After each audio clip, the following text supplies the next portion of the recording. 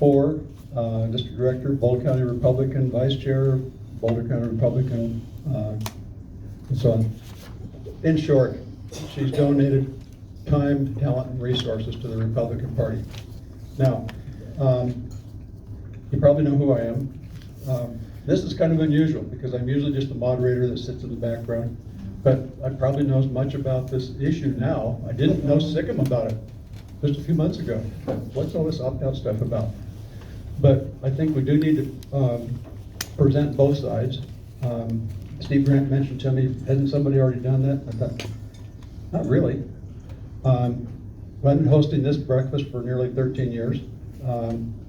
I've contributed time, talent, and resources to the Republican Party all the way back to Barry Goldwater, believe it or not. Got my dad to, yeah, I was too young to vote, but I got my dad to vote, who had always voted straight Democrat ticket.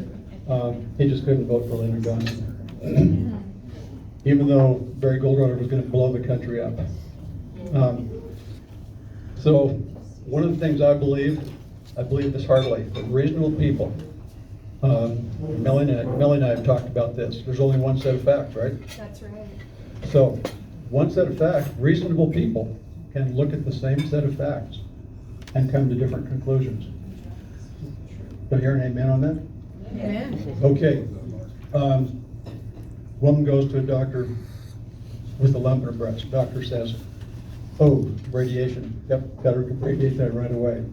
Another one says, I can do minimally invasive surgery. Another one says, oh, radical mastectomy. Another one says, chemotherapy. But those are different doctors. They all look at the same set of facts. They come to different conclusions. And next week we're going to have a doctor here who is a boutique doctor. He decided to get out of the rat race, decided to get no longer participate with Obamacare, has a private practice, and Frank Morgan is his name, has a big practice. He charges you $50 a month and takes care of all your medical needs. Oh, love it.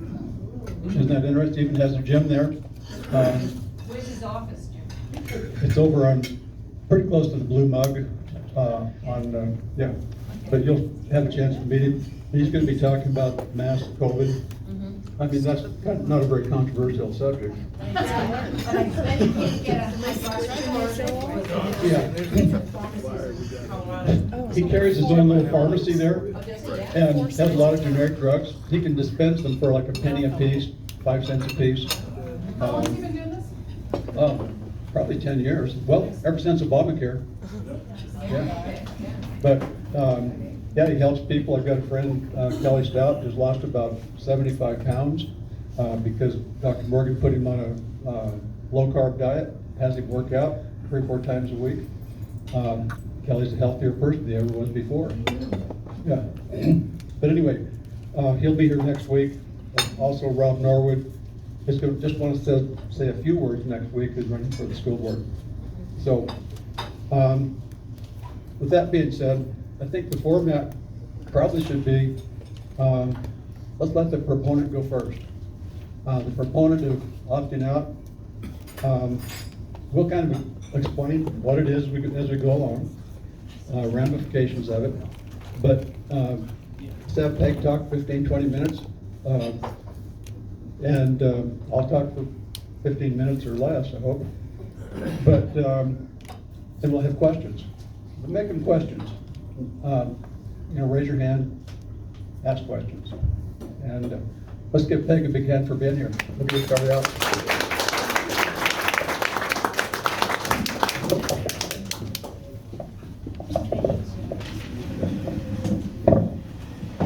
It's so good to see you guys again. It was quite the experience running for Senate District 18 down in Boulder. Everybody knew what kind of a chance I had there as a Republican in Boulder, but Jim invited me up to talk to you guys even though you weren't in my district, and I appreciated all the donations that you guys gave to us. It is expensive to run a campaign. What Ben is passing out is part of an article that came out yesterday. I am a friend of the author, And he knows that I've been working on this. Ben Nicholas is a buddy of mine, and as Jim was saying, you can have the same experience and come up with different remembrances of that experience. Ben and I have been all over Colorado together, and when we get together with our other 3 traveling buddies, we end up with 5 different stories, because we all remember different things about different places. But I can tell you, we all understand more thoroughly that Colorado is the most beautiful place on the earth, and that our government in Colorado is hurting everybody. What we have right now is a very, very corrupt government, and they have taken over and they've become tyrannical. This is not a Republican form of government.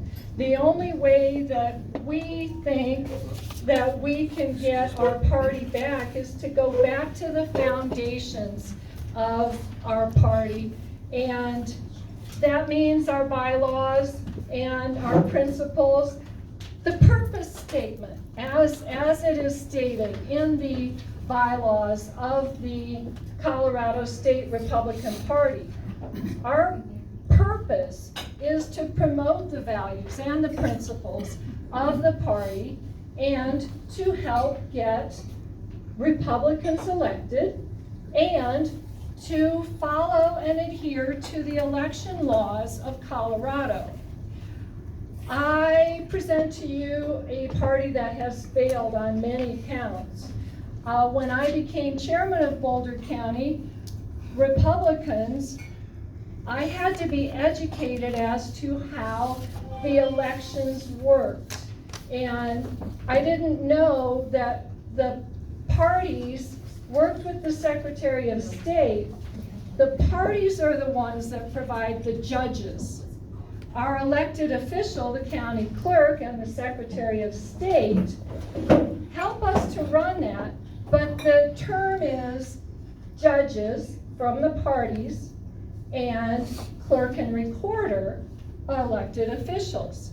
They do what we tell them to. But we've abdicated that.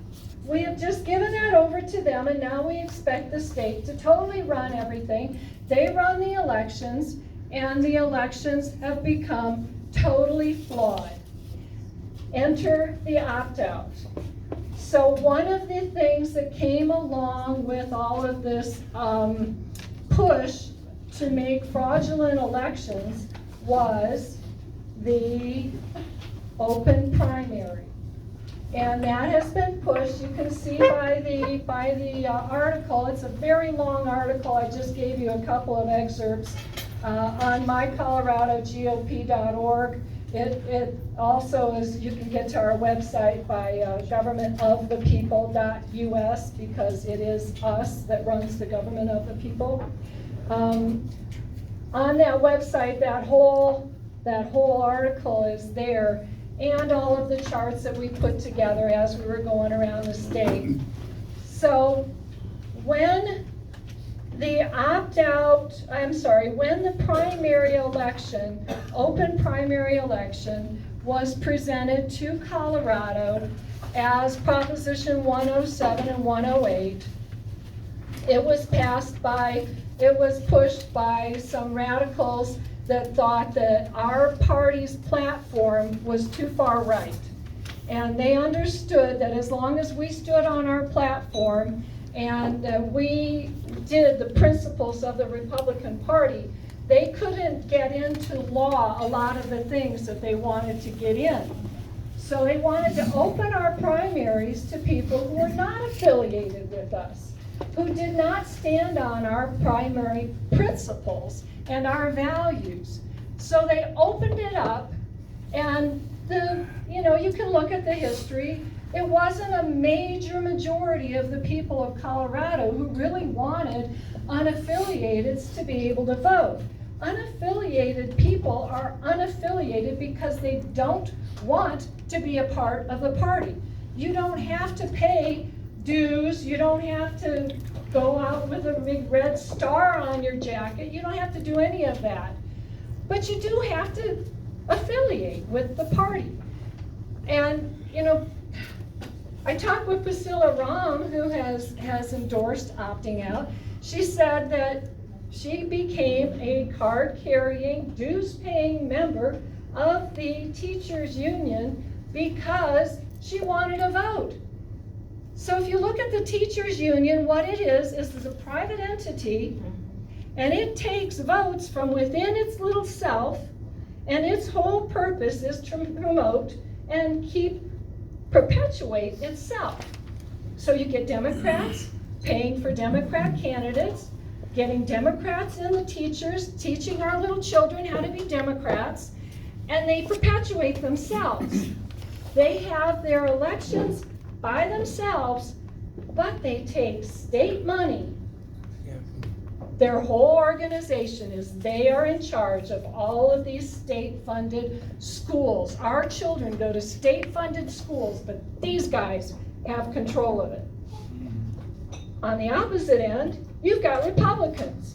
We've got our platform, we've got our principles. We were talked into having state-run elections because we thought it was important for the Democrat Party and all major parties. When the American Constitution Party became a major party, they also had a part of the primary elections. They were also involved. That became a state-run, state-funded thing because the citizens thought it was important that they had access to the ballot. And it was so important that they made the Republicans the judges and the Democrats the judges, but the state paid for the elections. Because the elections are paid for by the state, people think the Republican Party is state-owned. It's absolutely the opposite of the teachers' union. They only pay for the elections because we want to include everybody that wants to be included. They don't pay for our candidates, they don't pay for our platform, they don't pay for our campaigns. That's coming though. They want state paid for candidates and campaigns. So the thing with the opt-out is when we got the open primaries, they put in this clause, because it was unconstitutional, they put in this clause that if 75% of the entire state central committee, that's about, what do we figure, 300 people? 390 people need to vote yes in order to opt out. It's a very high bar. We think it's unconstitutional. But if we do, we are out of the primary election. That means totally out of the primary election. No petition on, that's state run. That's not party run. The petition on process right now is state run. We would not be able to partake in that. No ballots coming out in the mail to everybody and their dog and their dad, aunt, and uncle. Those ballots won't go out. The Republican Party will have to figure out how to have an election of their own.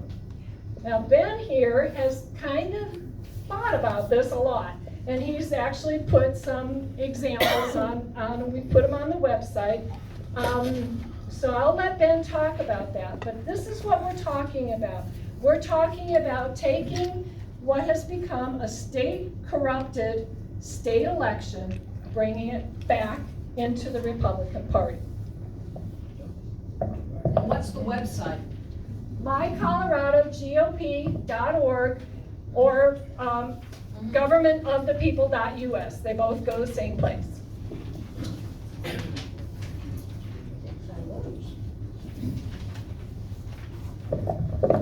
Well, that's my turn. I hope we haven't bored you too much. I have to get closer. Is this better? Yes. Sure. Okay. I have a very soft voice, and I normally go first because of that. so we don't chase anybody out of the room. The other crew that we have with us, usually they're a little bit louder and they have more booming voices than I do, so this is a pleasure that we have a microphone here. I'm here to talk to you about this, the Constitution, your rights, our rights as a Republican, as individuals. The courts have long held that the political parties are individuals, and because of individuals, they have all the constitutional rights that you and I enjoy. What we have here is a serious problem that some of our people, some of our members within our party are willing to surrender your constitutional rights. That is the right to peaceably assemble and the right to associate. That's the First Amendment. The 14th Amendment is the equal protection. There's a clause there. It's the 5th clause. And it says that you cannot treat individuals differently from one class or another. And that's what's happening, because the law that was passed here says that this law only applies to the two major parties. It does not apply to the rest of the political parties. So if you're a Communist Party member, you don't have to do this. If you're a Green Party member, you don't have to do this. If you're Libertarian, you don't have to do this. It only applies to the Democrats and the Republican Party. That's called disparate treatment, and that is discrimination. So those are the two major things that I argue. Now, the opponents that are wanting us to stay in this system, what they want to talk about, and what, over the 2,000 miles that I've traveled across the state talking to groups just like yours, they want to talk about this. And what that is what they're saying, we're that close to winning everything if we simply stay in this open primary, because all the unaffiliated will see the light and they will come flooding to our side. Just this. They don't talk about the Constitution. There's a lot of dark money that's coming in here.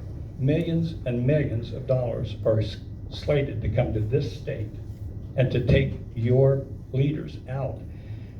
I believe in Weld County, I believe you lost 4 serious, strong Republicans to 4 weaker ones. And you can see that when you go on to the Liberty scorecard. If you go there, you'll see what their ranking are. They're in the Fs, Ds and Fs for the various subject matter across there. That's what you've given up. That's what's happening. So on that little paper that she's passed out there, you can see the amount of money that was sent in, to support these people that are running in those areas that have essentially been a weak candidate now. And so they're voting more with the Democrats than they are with the Republican causes.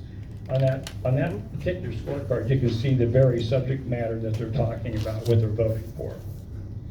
So let's get back to why we are trying to opt out of this thing and what we're up against. 75% of our membership. Are there any SCC members in here other than me and Peg? 1? Okay, so 1 person. That person is going to represent you. If you State feel that, Central Committee member. yeah, it's a state central committee member. There's roughly 520 of us, or there's supposed to be. We will be making that decision as to whether or not we can opt out and allow you the right to vote. Now, the opposition is also saying if we opt out, there is no primary, which is true. And that means that you as individual Republicans will not get to participate in the primary. That means that's what they say, okay? What we're suggesting is that there is no statute on the books that I can find that prohibit the Republican Party from creating an internal primary system. We can do that. We have 8 months in which we can structure it. I've put up on our website what I think would be a 2-tiered system, where we do have our caucus system. I'm fully supporting of the caucus system. I am absolutely for that. That's the grassroots. That's where people go.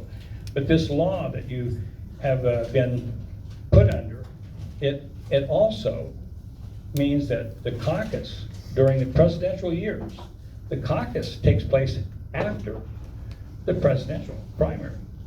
So people they don't even go to caucus. They think it's all over with and they quit going. So that's where you're losing out on some of your representation here. So we gotta change that. We've got to opt out. And two minutes, okay, I got 2 minutes to say, I hope you support us, because think about that. This is your right, and those of us that are going to go. So if you feel as we do that we should be opting out and returning this to you, because the system that I put together, or I'm proposing, will allow you to come back in as Republicans and vote for your Republican candidate. And yours only, your rights are here. So I'll end with that. Well, I think Yeah. Jim, do you have questions? Any questions? I have a question. This gentleman. I was just very glad you brought your daughter with you this morning. It was very smart of you. Yeah, these young ones have to learn, right? And she said, your daughter's so wonderful, glad you brought her with you. Thanks. Was there one more? I'm just curious about your proposal for the internal primary. There's like a little over 1 million Republicans in the state of Colorado. How do you propose to get 1 million Republicans who voted in the last primary, Mhm. because that's the active voter list, the list. That's right. How do you propose to get 1 million Republicans to still be able to vote in an internal closed primary? I mean, is this something that you're gonna hold a one-day event, or are we gonna send out ballots, or how do you still get 1 million Republicans to partake in it? How's it gonna work? Well, you're pretty young, but when I was Well, a thank young you, but man, no, I'm not. we used to vote at the precinct level. Right. And so at our precincts, we have a polling book. And so if you know what your precinct is, it's not hard to just go to your precinct and vote there, because the polling book is there. And you can sign in, you can be issued after you're validated that you are indeed a United States citizen and that you have a photo ID, and you can vote right there at your precinct. And your PCPs can collect that and then send it out to the county, or if you have district captains here? Right, okay, so you can do it at the district level as well. So I was a district captain in Adams County. I had 8 precincts that I was responsible for. So you can do it that way, and it doesn't cost anything. We don't have to invest millions of dollars in these electronic voting machines that are questioned at best. So it is possible. Yeah. Thank you. Thanks, Peg. And we will have questions and answers afterwards. Okay. So, spaceship to Earth, we do have a problem. We do have a problem. And I agree with most of the problems that they pointed out. But what are the solutions?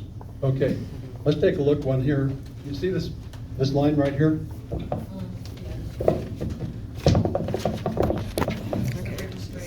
Yeah. This is 2010, 13, 2012, 14. Guess who this red line is? That's Republican registrations. We are, as a party, we're down to 27% right now. 27%. But Jim, a lot of people re-registered as independents because it was so We're pissed gonna, off. yeah, we'll cover all the reasons why we're at 27%. But Democrats are doing a little bit better. These are the unaffiliated registered. Okay, so let's cover some of the reasons why. Okay, on this handout sheet, let's talk about a couple of facts. Over on the right-hand side, down toward the bottom,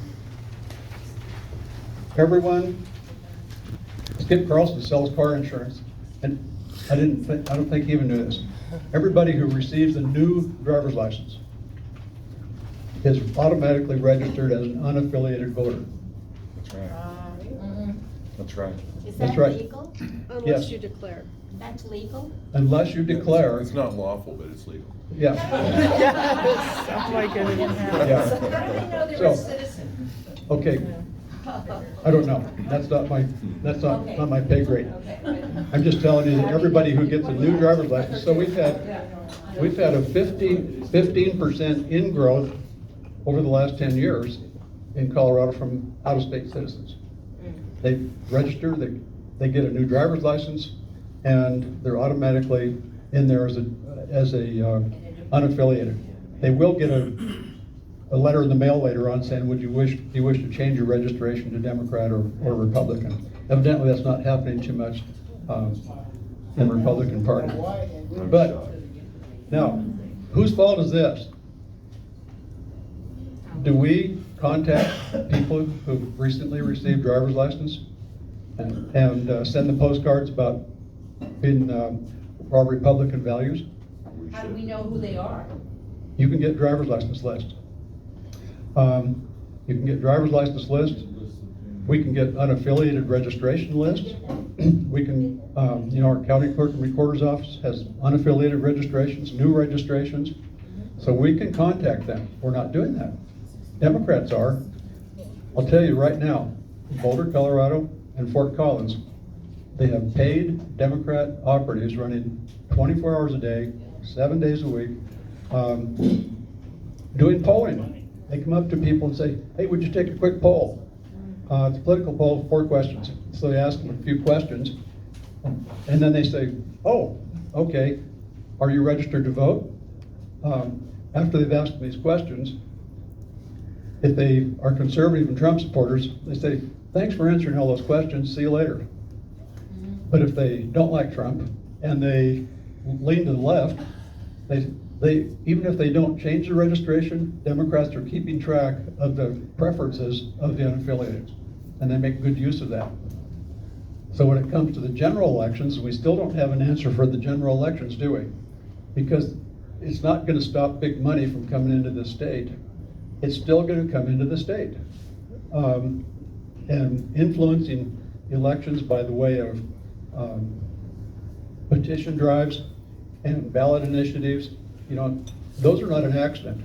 The ballot initiatives are designed to get liberal voters out. So I think one of the things we're just not doing, we're not taking advantage of the information that's out there. Now, what about unaffiliated voters? In red counties, they tend to lean to the right. In blue counties, they tend to lean to the left. That's true in Larimer County, Boulder County, Denver County. They vote to the left. But the Democrats are taking advantage of that position because they spend a lot of time contacting unaffiliated to find out which way they lean. So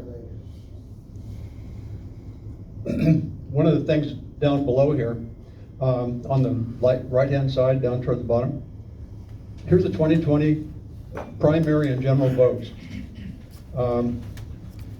Gardner received 554,906 votes in the Republican primary. That was the statewide vote. In Weld County, by the way, he received 39,121. Trump in the primary received 628,876. And I got to talk to you about Bobet. Lauren Bobet. Thank you. She's a firebrand. Yeah. And guess what she did? If she spoke it out. She spoke at our Steamboat Freedom Conference. But guess what she did? She started advertising, getting her name out, and she got on the ballot. And guess who she went to? She included unaffiliateds in all of her advertising mail. And the unaffiliateds helped her beat the Republican candidate, Scott Titton. Those unaffiliated stayed with her because this is mostly red counties. They stayed with her through the general election, and she won handily. So she received 58,678 votes in the primary and 220,634 in the general. So she beat both Scott Titton, the incumbent. Incumbent congressmen usually don't get unseated.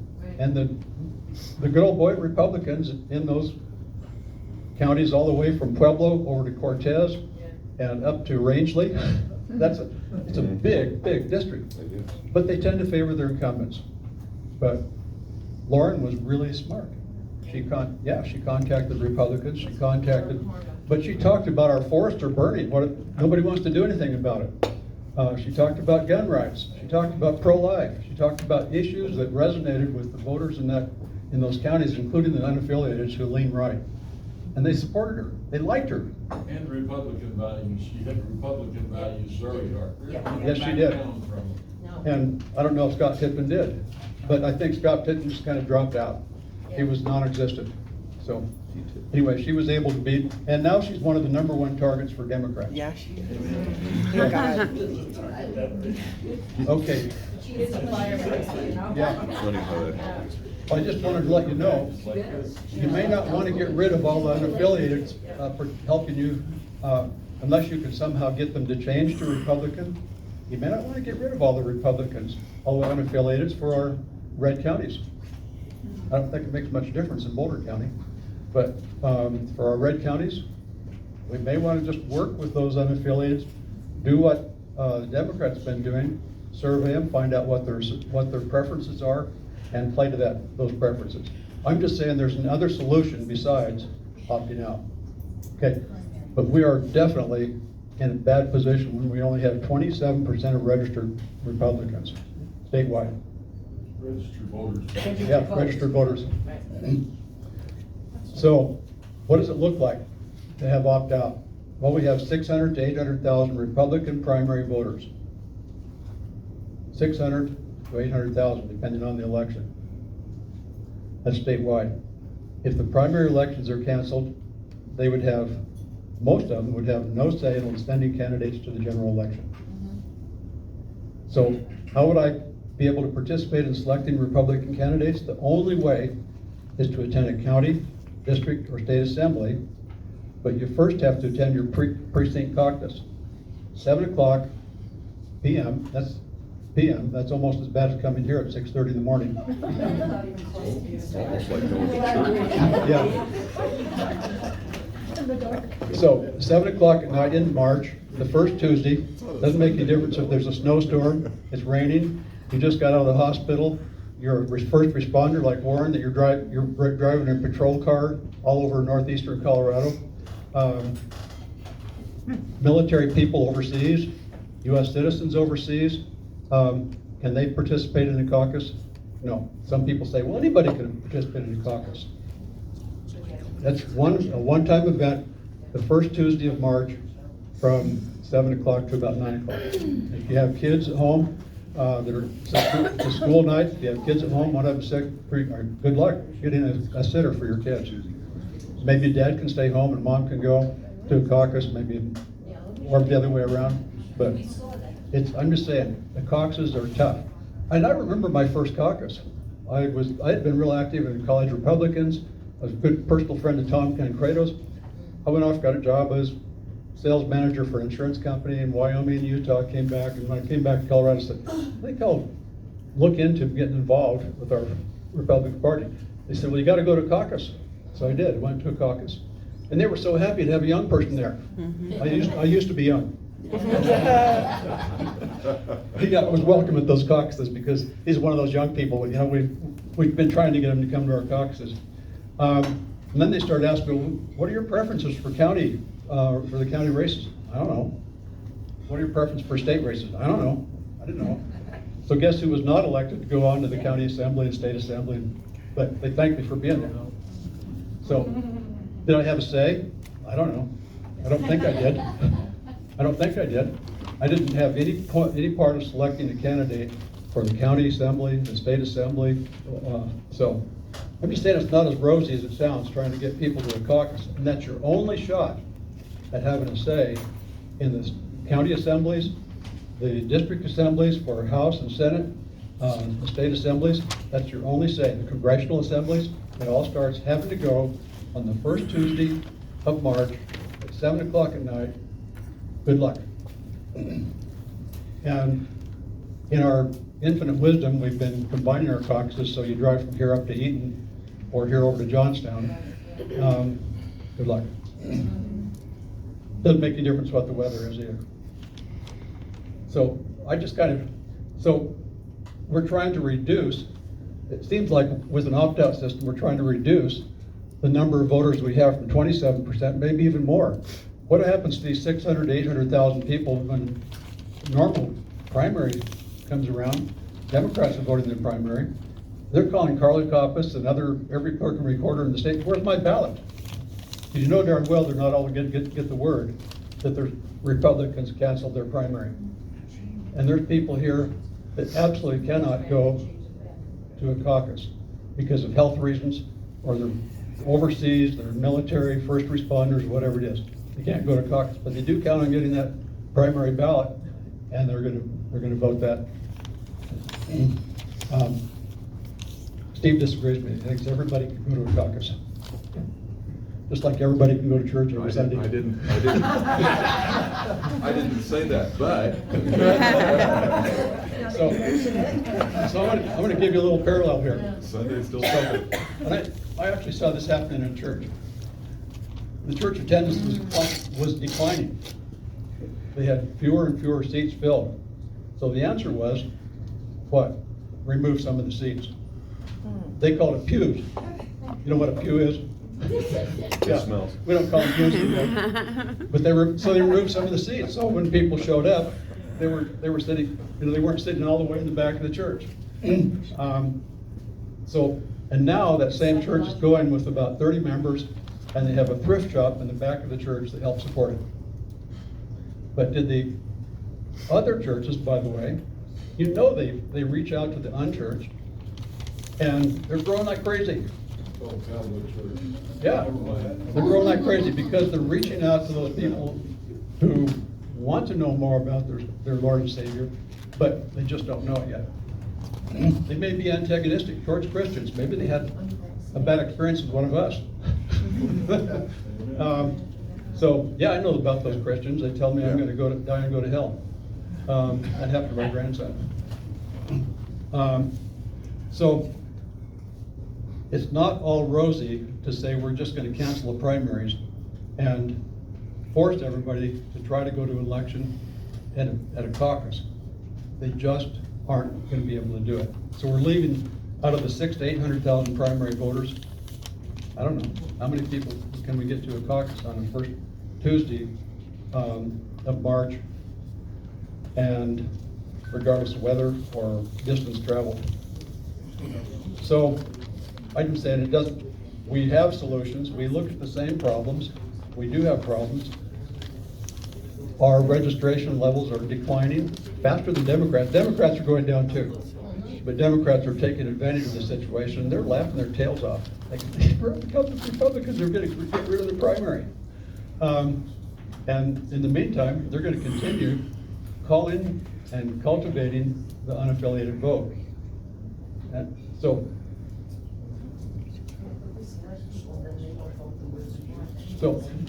here's a couple of other facts to consider. Let's look up here on the right-hand side toward the top. The median age. Colorado's one of the fastest growing states, 15% in the last 10 years. Here's the median ages in North Colorado. You know what the median age is? Half of the people are under that age, half the people are over that age.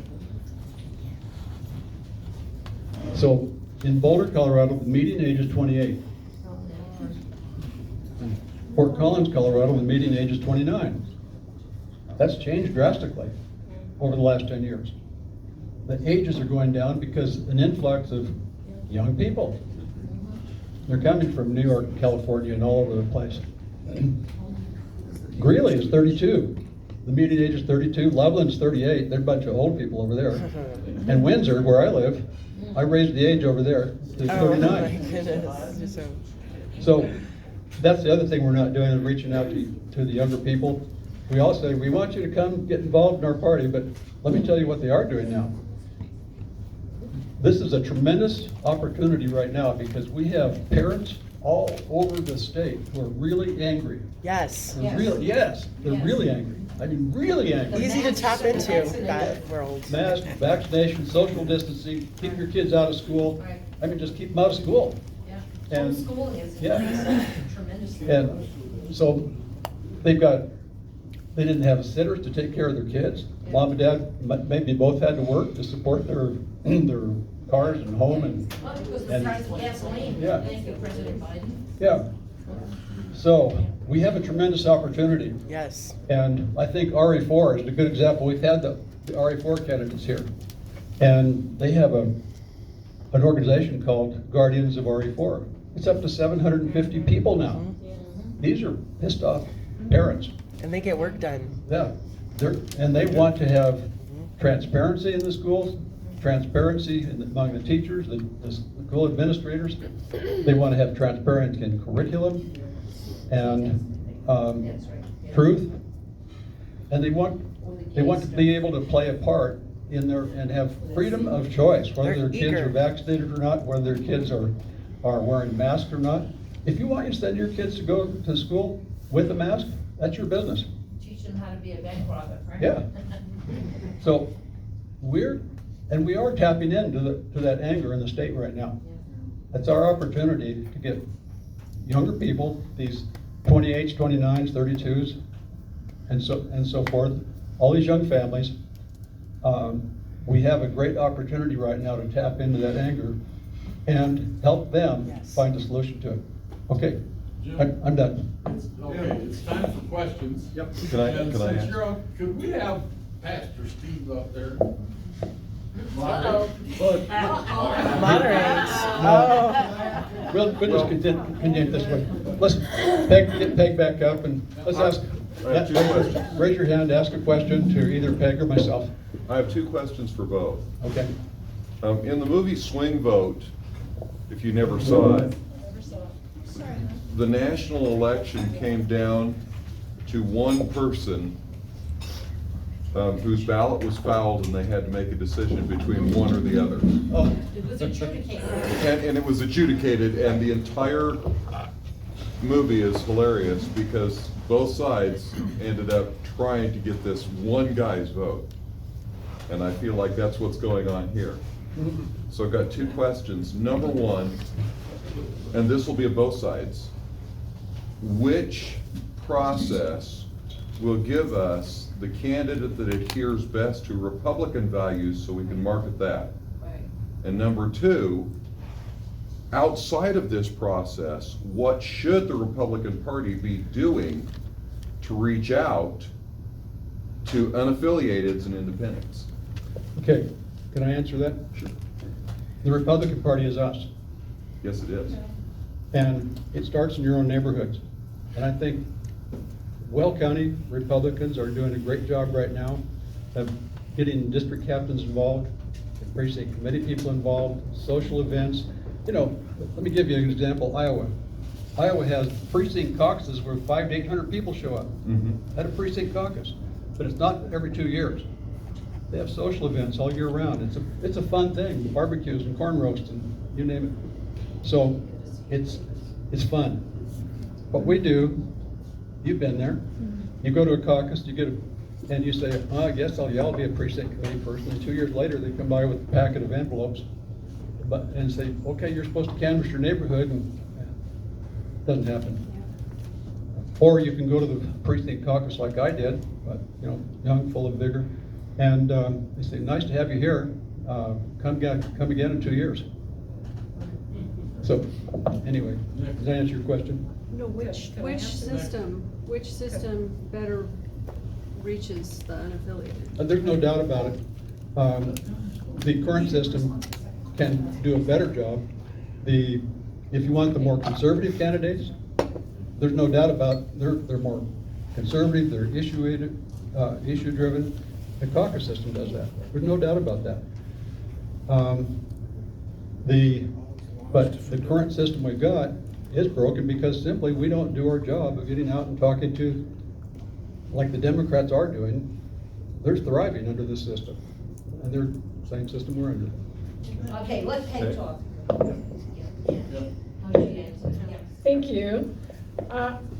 Obviously, we both agree that if you have a system where Republicans elect Republicans, you will get Republicans in government. And isn't that what we're trying to do, is get Republicans who stand on our platform to represent us in government. Obviously, we don't have that right now. Do you know this is the first year that Colorado Union of Taxpayers has been around since 1976.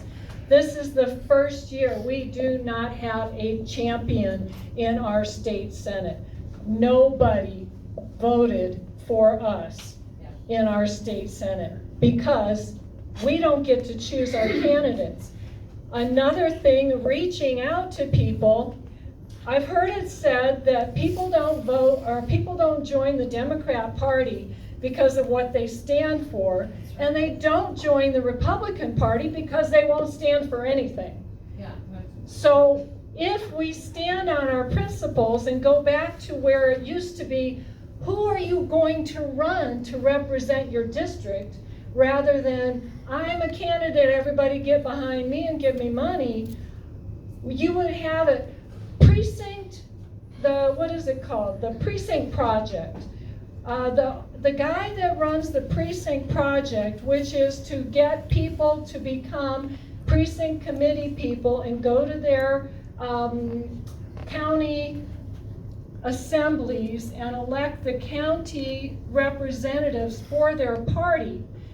They got on Steve Bannon's show and they said, listen, the Republican Party is broken. What we need to do is take it over.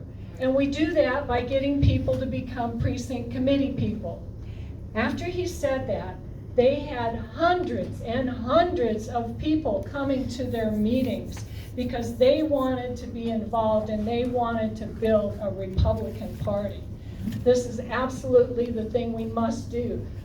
We may be a different breed this year. I mean, it's going to be different. They're going to slam us. Of course, there is so much money to be made in campaigning and running elections. Running elections, my gosh, can you imagine how much money there is? Why would they want to keep that going and perpetuate that? Why would they want to include all these people who get ballots? Because they know who wins elections, who wins the count, becomes the government, and then they become tyrannical and they keep telling us what to do. Yes, sir. I guess. I don't know. I'm concerned that the elections have a lot of fraud in them. And that's why I'm canvassing. Absolutely. Okay? And whenever I ask my state senator or other state senators, Republicans, I'm tired of hearing we're in the minority. There's nothing we can do about it. That's nonsense. That is nonsense. There is some procedural moves that they use and they can use if they choose to, but right now Hugh McCain is in charge of that, and he doesn't know how to do that. That's right. Could I answer this question of the pastor? I may sound a little biased, but I believe that a closed primary system where Republicans vote and vote only is going to bring you that result that you're asking about. You had mentioned that your friend is Tom Tancredo. Tom Tancredo is with us. He has come out for opting out because he understands that. He petitioned on for Congress. Yes, and I am absolutely for the petition system. That's what I'm proposing in this change that we can do within our own bylaw structure. So it would allow for everybody to vote there. I don't get to answer your question. I just want to let you know that petitioning on is a way to bypass the system. That's right. Because I've seen it happen many times where people say, I'm just going to go around that system and get right onto the ballot. It's very expensive. That's right. All of the people on your little chart that we handed out, all of the people except for Deb Irvine, those races that got all the money from the Catherine Murdoch, those candidates petitioned on, all of Catherine Murdoch's people. Sherry? So two-part question. First of all, in the 2018 election for governor, Governor Polis got 1.3 million votes and Walker Stapleton got just over 1 million. Of those 1.3 million votes that the governor got, almost 550,000 of those were unaffiliated. Walker Stapleton drew about 250,000 unaffiliated. So Walker Stapleton was 300,000 votes behind the governor when it came to the unaffiliated vote. If you believe it. Had every. If you can believe it, yeah. Well, Believe it. regardless, Yeah, that's what's right, on the good, books, sure, no right, matter, no understand. matter how it is, it's what's on the books. That's what's on. Had every single registered Republican who voted in the general election, every single one of them, had they voted for Walker Stapleton, he still would have needed 600,000 unaffiliated voters to vote for him in order to surpass Jared Polis, and he didn't get it, he barely got 250. So my first part of my question is this: how do you propose telling the unaffiliated, we don't want your voice in June, but then please come back in November and give us your voice then? And then the second part of that question is, and Mary brought this up, and it's a very good point, we can all go to caucus, even if we got 1 million voters to go to caucus.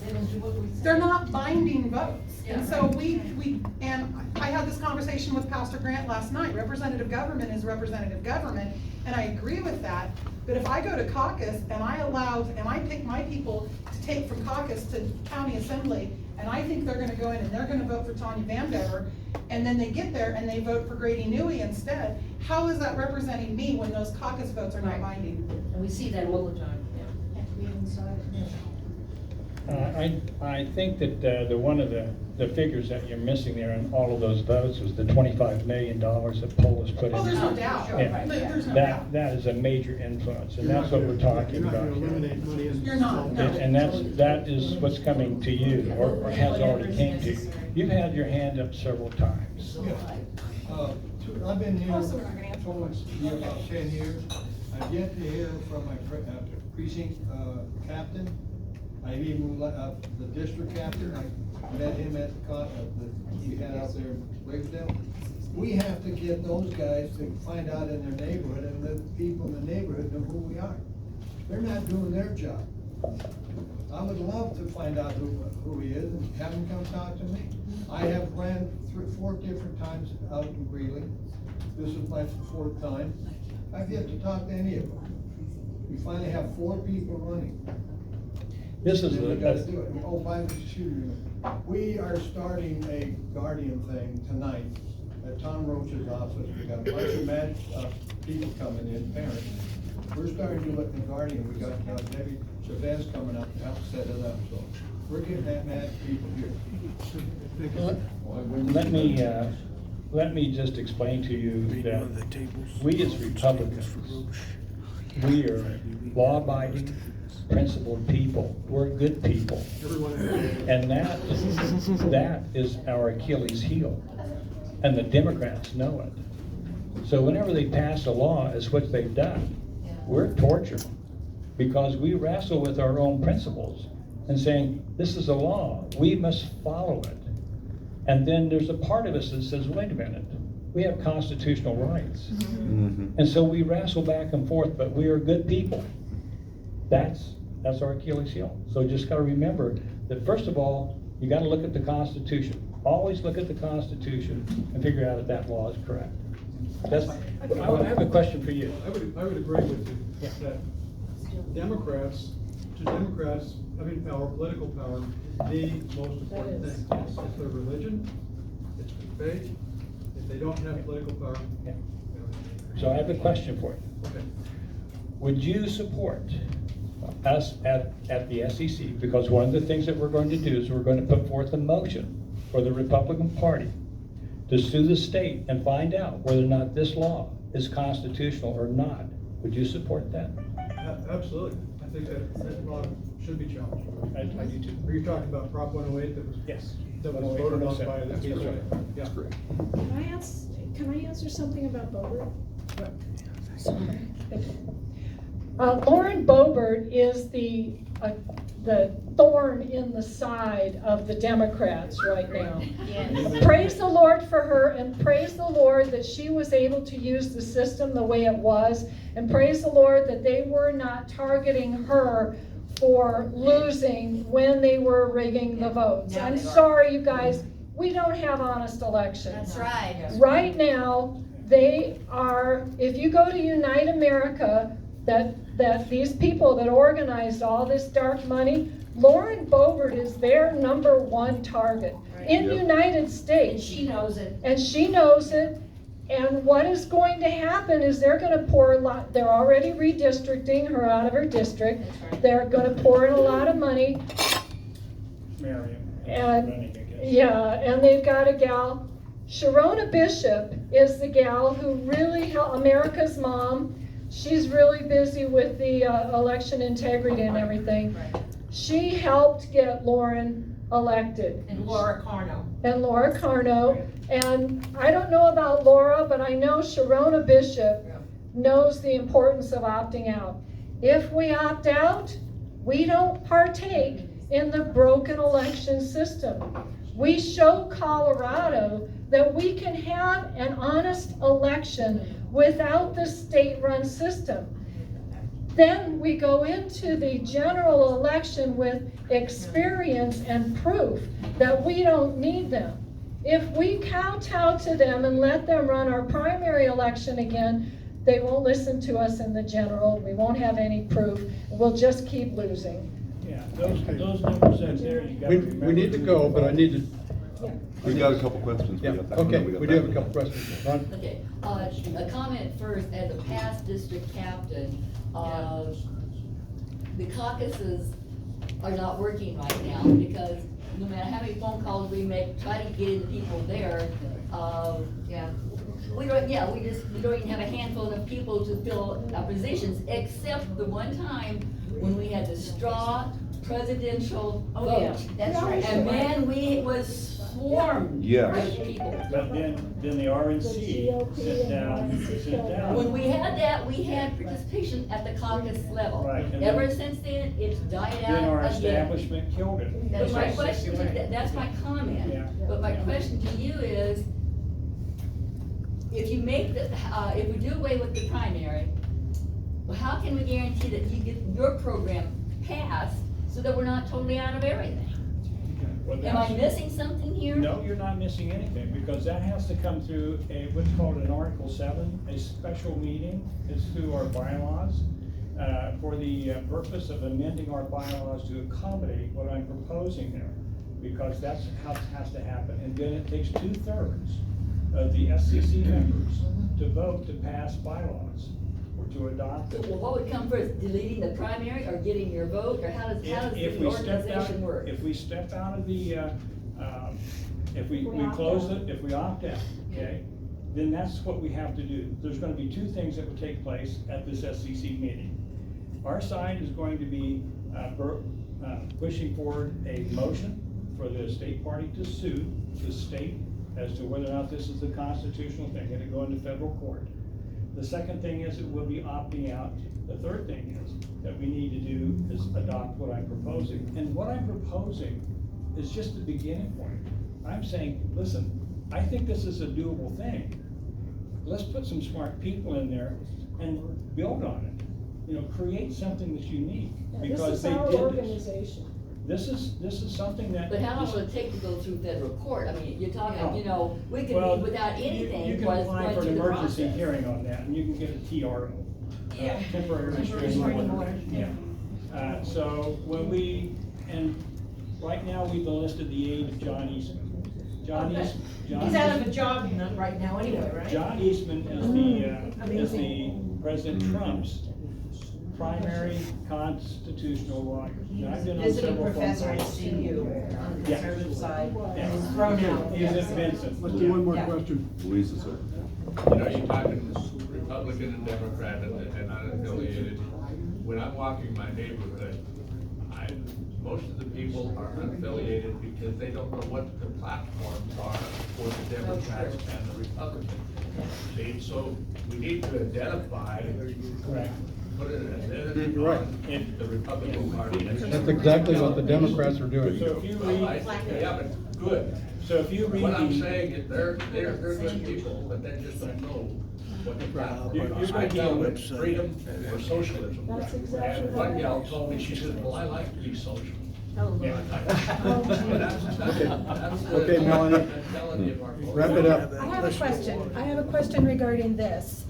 And it might align with what you're saying. It seems to me as if we agree on the problem, okay? But looking at the chart and hearing the discussion, and again, thank you for the discussion, we all need this, it's our First Amendment right to do what we're doing right now. Yes. I hope you all think this has been a fair, This is even wonderful, discussion. thank you, and I Yes. appreciate Okay. everybody's Yes, thank you. opinion and response, we all get to do that as Americans, and we're trying to stay free. So It looks to me like the problem is the unaffiliates. So why do we, as another thought process, this, is this a law that was enacted in 2016 to allow the unaffiliates to vote in the primary? Yes. Proposition 108. Yes. We voted on I it. feel that that's the problem. If you're unaffiliated, Okay. why do you get to vote in the primaries? Let me explain what's something there. Unaffiliated voters have always been able to vote in any primary that they wanted to vote in. They had to show up and declare a party. So, Okay, and that was washed That's out. always happened. But they had to show up and declare a party. Now, if they don't state a preference, they're sent two ballots, Republican and Oh, Democrat. that's such a problem. Yeah, and some of them send them both in and then they're canceled out. But it still Canceled. shows up on their voting record in public, it's a public record. If they vote in the Republican or they vote in Democrat, it shows on the public record which direction they voted. So quick fix, but not a quick fix. Why not just overturn that because that's so messy and creates so many That's what we're problems? attempting to do. And is that what Yeah. That's it's, the law. you're That's what speaking we're of trying to do. overturning Yeah. that? That Yeah.